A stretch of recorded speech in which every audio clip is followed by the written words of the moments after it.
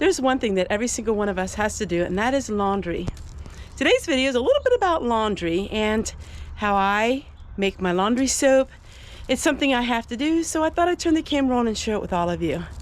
But it's a beautiful day. It is 40 degrees, and that means I gotta hang my wash out. The way I do things, I have to always be watching the weather forecast because I can't do a whole bunch of laundry if it's gonna rain because I can't hang it outside. I just work on when the days are nice. And here in Eastern Pennsylvania, we always have a really good mix of good days with sun and then a little bit of rain.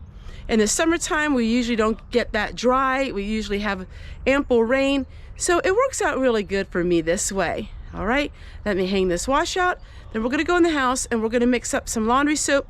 I am gonna mix up the liquid. Just alternate between the dry and the liquid. My dry is almost out, and so now we're gonna do the liquid this time.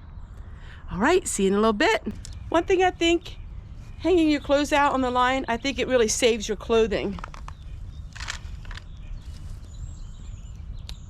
I do believe your clothes last longer when they're on the line than they're in the dryer. I really believe hanging your clothes on the line lasts longer than if they're in the dryer.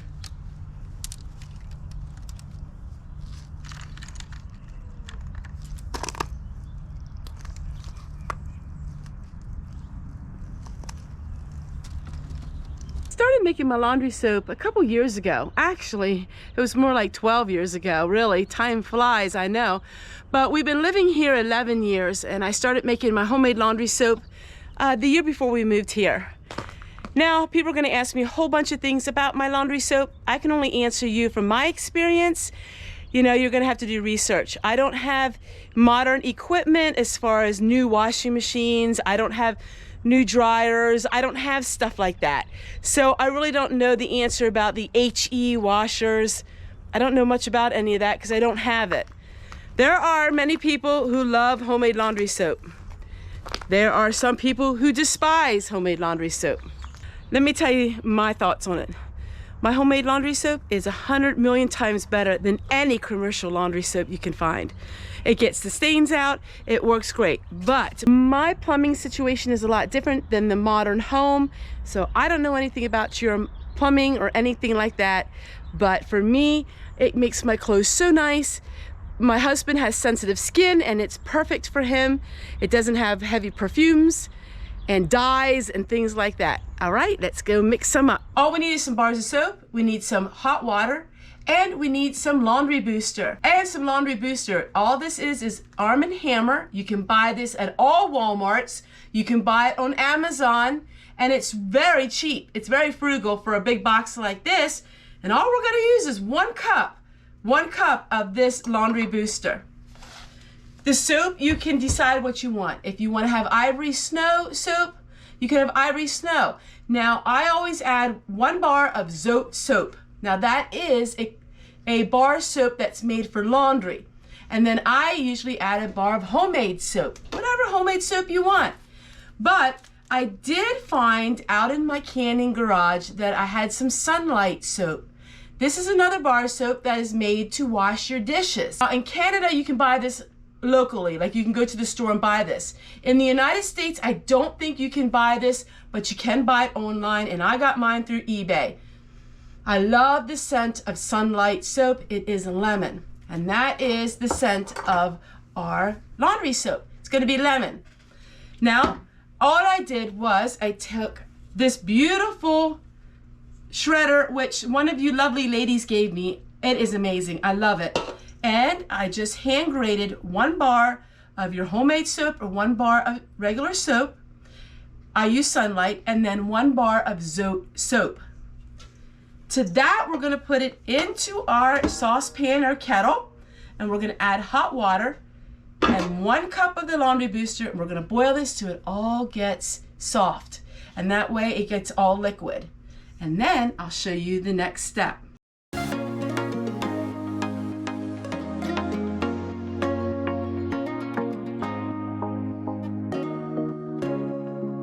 All right, everyone, we have the soap and it's all melted. Now we're gonna go ahead and pour it into our 5-gallon bucket. Now I have my 5-gallon bucket 3/4 full of cold water. We're going to go ahead and we are going to put all of our soap in.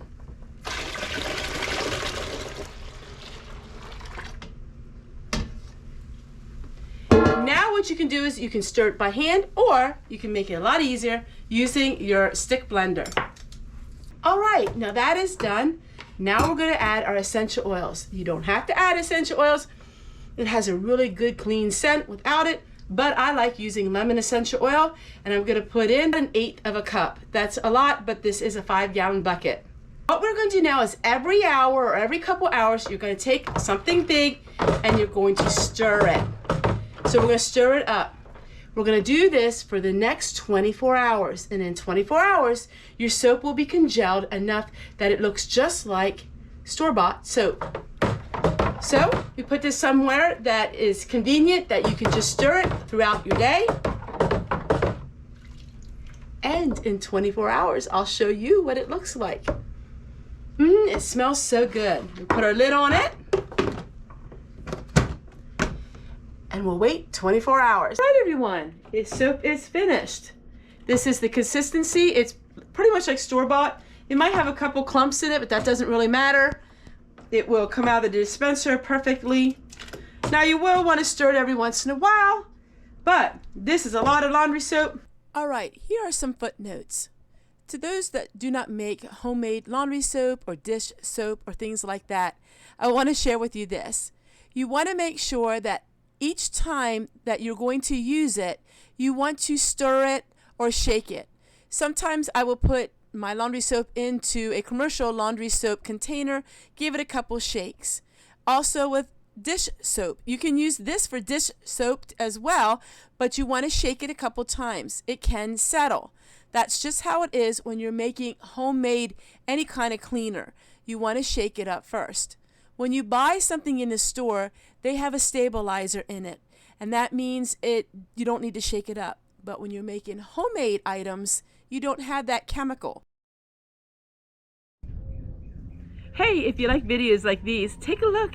Take a look at all these other videos I have sharing with you my life here on the homestead.